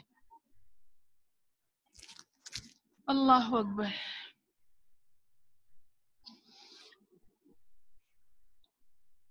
اور کہتے ہیں کہ کوئی زمانہ ایمان والوں سے خالی نہ ہوگا اور نہ ہی استغفار والوں سے خالی ہوگا. ہر دور میں استغفار کرنے والے بھی ہوں گے اور ایمان والے بھی ہوں گے. پھر آیت نمبر 41 کی طرف بڑھتے ہیں. اور جان لو کہ جو کچھ مال غنیمت حاصل کیا تم نے تو اللہ کا 5واں حصہ ہے اور رسول کا اور ان کے قرابت مندوں کا اور یتیموں کا اور مسکینوں کا اور مسافروں کا. 10واں پارہ شروع ہو گیا ہمارا. سورہ انفال چل رہی ہے، 10واں پارہ ہمارا شروع ہو گیا. وَعَلَمُوا، 10ویں پارے کا کیا نام ہے؟ وَعَلَمُوا. کوشش کیجئے اس رمضان المبارک کے مہینے میں پاروں کے نام بھی یاد کریں اور ان کے پاروں کے نام. ہمیں بھی یہ کام کروایا جاتا تھا جب ہم پڑھتے تھے، سارے پاروں کے نام، سپاروں کے نام یاد کروا کے اور اس نام کا ترجمہ. جیسے 10ویں پارے کا نام وَعَلَمُوا ہے اور خوب جان لو. ترجمہ کیا ہے؟ اور خوب جان لو. اب سیقول، ان قریب کہیں گے. اسی طرح ہر پارے کا نام اور اس کا ترجمہ یاد رکھیں تو یہ بھی آپ کے لیے بہت ایک آسانی ہو جائے گی. تو کہا جان لو کہ جو کچھ مال غنیمت حاصل کیا تم نے تو اللہ کا 5واں حصہ ہے. خمسہ، 5واں حصہ اللہ کا ہے اور رسول کا اور ان کے رشتہ داروں کا اور یتیموں کا اور مسکینوں کا اور مسافروں کا. یہاں یاد رکھیے اس آیت میں، آیت نمبر 41 10ویں پارے کی پہلی آیت، کہ اس میں یاد رکھیے کہ اللہ کا نام جو ہے اللہ کا 5واں. اللہ جو دے رہا ہے اس کو لینے کی کیا ضرورت، اس کے پاس تو نہیں. یہ اللہ کا نام برکت کے لیے ہے، برکت کے لیے. تو رسول کا اور ان کے قرابت مندوں کا اور یتیموں اور مسکینوں کا اور مسافروں کا. غنیمتوں کی تقسیم بتائی جا رہی ہے، کن کن کو ملے گی. سب علماء کرام اس بات پر متفق یعنی اتفاق رائے رکھتے ہیں کہ مذکورہ بالا یعنی اوپر والی آیت جو ہے اس میں خدا کا ذکر برکت اور تعظیم کے واسطے ہے اور غنیمت میں 4 حصے. اچھا یہ 5واں حصہ جو دیا اس کی تقسیم بتا دی، باقی کے شروع کے 4 حصے کہاں گئے؟ اس کی تقسیم جانی. 5واں حصہ اللہ 5ویں حصے سے اللہ بتا رہے رسول اور ان کے قرابت مندوں. تو اب جب نبی پاک صلی اللہ علیہ وسلم کا ظاہری وصال ہو گیا اور ان کے رشتہ داروں کا، تو امام اعظم ابو حنیفہ فرماتے ہیں یہ حصہ ساقط ہو گیا، یہ حصہ ساقط ہو گیا. اب کون سا بچا؟ اب کس میں تقسیم ہوگا؟ 5واں حصہ غنیمتوں کا یتیموں، مسکینوں اور مسافروں میں. اب یہ لیکن اب کیا ہے، 4 حصے کہاں ہیں؟ 4 حصوں کا پتہ لگانا ہے ہم نے. وہ کہاں ہے 4 حصے؟ 5ویں کا تو بتایا جا رہا ہے مصرف یہ ہے. تو 4 حصے جو ہیں قتال کرنے والوں کے واسطے، مجاہدین کو. 4 حصے مجاہدین، ان کی کوئی ذرائع معاش نہیں ہے. تو 4 حصے فوجیوں کو، مجاہدین کو ملیں گے اور 5ویں حصے سے غریب، فقیر اور مسکینوں کی مدد کی جائے گی. تو یہ کہا جا رہا ہے. اور 5واں حصہ حصوں میں تقسیم ہو کر رسول مقبول صلی اللہ علیہ وآلہ وسلم اور 4 گروہوں کے واسطے جس کا آیت میں ذکر آیا ہے. امام اعظم ابو حنیفہ کے نزدیک رسول پاک صلی اللہ علیہ وسلم کی وفات سے آپ کا اور ذوی القربہ، آپ کے رشتہ داروں کا حصہ ساقط ہو گیا، یعنی اس میں سے وہ ساقط ہو گیا. چنانچہ اس صورتحال میں تمام غنیمت باقی 3 گروہوں میں صرف ہوگی. 3 گروہ کون سے؟ پھر سے لکھ لیں. یتیموں، مسکینوں اور مسافروں میں تقسیم ہوگا 5واں حصہ، اور 4 حصے فوجیوں کی تنخواہیں ہوں گی، مجاہدین کو دیا جائیں گے. آیت نمبر 63 بہت اہم آیت ہے. اللہ تبارک و تعالیٰ فرماتا ہے اور الفت ڈال دی ان کے دلوں میں، اگرچہ خرچ کر ڈالتے جو کچھ زمین میں ہے سب، تو بھی الفت نہ پاتے ان کے دلوں میں. آپس کی الفت اور محبت پیدا کرنے کی یہ بہترین آیت ہے. آیت نمبر 63. اور اس کا طریقہ کار کیا ہے؟ 21 مرتبہ اس آیت کو پڑھ کے فریقین کا تصور، جن فریقین میں ناچاکیاں ہیں، نفرتیں ہیں، لڑائیاں ہیں، ان دونوں فریقین کا تصور کر کے اول آخر درشی پڑھنے ہیں، 21 مرتبہ اس آیت کا ورد کرنا ہے دونوں کا 63 سورہ انفال کی سورہ انفال کی آیت نمبر 63، یہ الفت اور محبت کی ہے. جن دو فریقوں میں نفرت ہو گئی ہو، ناچاکی ہو گئی ہو، رشتہ داریوں میں قطع رحمی ہو گئی ہو، تو ایسی صورت میں 63 آیت نمبر جو ہے 21 مرتبہ اول آخر درود شریف کے ساتھ دونوں فریقین جن میں آپس میں نفرتیں ہو گئی ہو تصور کر کے پھونک دیں تو اللہ تعالیٰ دونوں میں محبت، دونوں کے دلوں کو جوڑ دے گا. اب فی زمانہ یہ ہم نے یہ کر کے دیکھا ہے اور ہماری بہنوں نے بھی کیا ہے اس چیز کو کہ ابھی آپ کریں گے روزے کی حالت میں تو یہ اور زیادہ نفع کثیر دے گی اور جلدی اس کا اثر ہوگا. عام دنوں میں بھی آپ کر سکتے ہیں کہ جب آپ کریں آپ جب بلکہ اچھا آپ اس کا زیادہ اچھا رزلٹ چاہتے ہیں تو آپ یوں کر لیں کہ آپ جیسے ہمیں ویسے بھی ہم نفلی اعتکاف بھی کرتے ہیں نا، تو نفلی اعتکاف یہ کہ آپ وضو کر کے آئے اور اب آپ نے نیت کر لی کہ میں جب تک اپنی نماز پڑھوں گی اور اس کے بعد ذکر و اذکار کروں گی، دعا مانگوں گی، وظیفہ پڑھوں گی، اور جب تک میں وہاں بیٹھوں گی میں نیت کرتی ہوں نفلی اعتکاف کی. آپ کا یہ نفلی اعتکاف ہو جائے گا. یعنی نماز پڑھنے سے لے کے بعض لوگ اس طرح بھی کر لیتے ہیں عام دنوں میں عصر سے مغرب تک میں نفلی اعتکاف کی نیت کرتی ہوں، یہ بھی. لیکن ہم خواتین کے لیے کوئی نہ کوئی مسئلہ لگا رہتا ہے، تو اس لیے محتاط ایک طریقہ یہ نفلی اعتکاف کا کہ آپ وضو کر کے جیسے آئے کہ اب میں نماز پڑھنے سے لے کر دعا مانگنے تک اعتکاف کی نیت کرتی ہوں، وظائف ذکر و اذکار پڑھنے تک، دعا مانگنے تک میں اعتکاف کی نیت کرتی ہوں. تو آپ کا وہی اعتکاف ہوگا نفلی اعتکاف. اور اس ایسے اعتکاف میں جب آپ یہ وظیفہ یا کوئی بھی وظیفہ کریں گے تو اس کا اثر اور زیادہ ہوگا. تو یہ نیت کر کے آپ کریے گا اور دیکھیے گا یقیناً اللہ کے کلام میں بڑی برکت ہے. پھر آگے چلتے ہیں آیت نمبر 70 کی طرف. اے نبی صلی اللہ علیہ وآلہ وسلم آپ فرما دیجئے جو قیدی ہیں آپ کے ہاتھ میں، اگر کہ پا لیا اللہ نے تمہارے دلوں میں نیک نیتی کو تو دے گا تم کو بہتر اس سے جو لیا گیا ہے تم سے، اور بخش دے گا تم کو، اور اللہ غفور الرحیم ہے. یہ آیت حضور نبی پاک صلی اللہ علیہ وآلہ وسلم کے چچا حضرت عباس جو بھی ایمان نہیں لائے تھے اور ان کے دو بھتیجوں عقیل بن ابی طالب اور نوفل بن حارث، دو بھتیجے حضرت عباس کے تھے، ان سے فدیہ جب طلب کیا گیا، جب وہ جنگی قیدی بدر میں بن کر آئے، ایمان ابھی نہیں لائے تھے تو بدر میں جنگی قیدی بن کر آئے، تو جب ان سے ہر قیدی کو فدیہ لے کے چھوڑا جا رہا تھا تو ان سے جب فدیہ طلب کیا تو حضرت عباس نے یہ کہا کہ اے محمد صلی اللہ علیہ وآلہ وسلم کیا تم چاہتے ہو کہ تمہارا چچا فقیروں کی طرح لوگوں کے سامنے ہاتھ پھیلا کر رقم حاصل کرے اور تمہیں فدیہ دے؟ میرے پاس کچھ بھی نہیں ہے فدیہ دینے کے لیے، اور کیا ہے اپنے پرائے سے تمہارا چچا مانگے، ہاتھ پھیلائے. تو سرکار دو عالم صلی اللہ علیہ وآلہ وسلم نے، اللہ تبارک و تعالیٰ نے انہیں جو علم عطا فرمایا ہے، آپ نے فرمایا چچا وہ جو چچی کے پاس، میری چچی کے پاس روپوں کی تھیلیاں مکے میں رکھوا کر آئے ہو، ان کے متعلق آپ کیا کہتے ہیں؟ جو ام فضل کو آپ دے کر آئے ہو وہ کہاں گئیں؟ تو حضرت عباس حیران رہ گئے کہ اے محمد صلی اللہ علیہ وآلہ وسلم اس رقم کا علم تو صرف مجھے اور تیری چچی ام فضل کو ہے، یہ آپ کو کیسے ہوا؟ کہا وہی خبیر نے مجھے دی جو میرا رب ہے. کے بعد کہتے ہیں حضرت عباس بعد میں ایمان لے کر آئے، اس قدر متاثر ہوئے.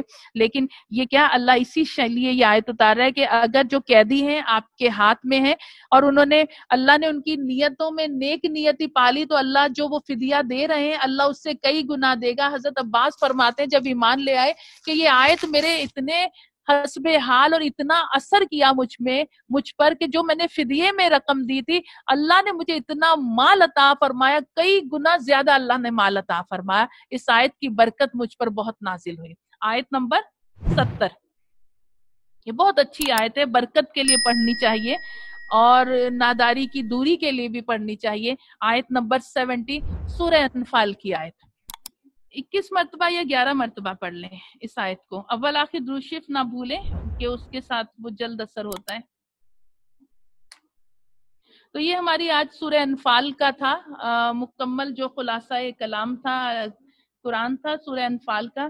امید کرتی ہوں کہ آپ اسے بہت اچھے طریقے سے سمجھے ہوں گے. بڑی اہم سورت تھی اور آپ کی بھرپور توجہ اس پر ہونی چاہیے. لیکن پھر بھی اگر کوئی بات آپ لوگوں کو سمجھ میں نہیں آئی تو آپ سوال کر کے پوچھ سکتے ہیں.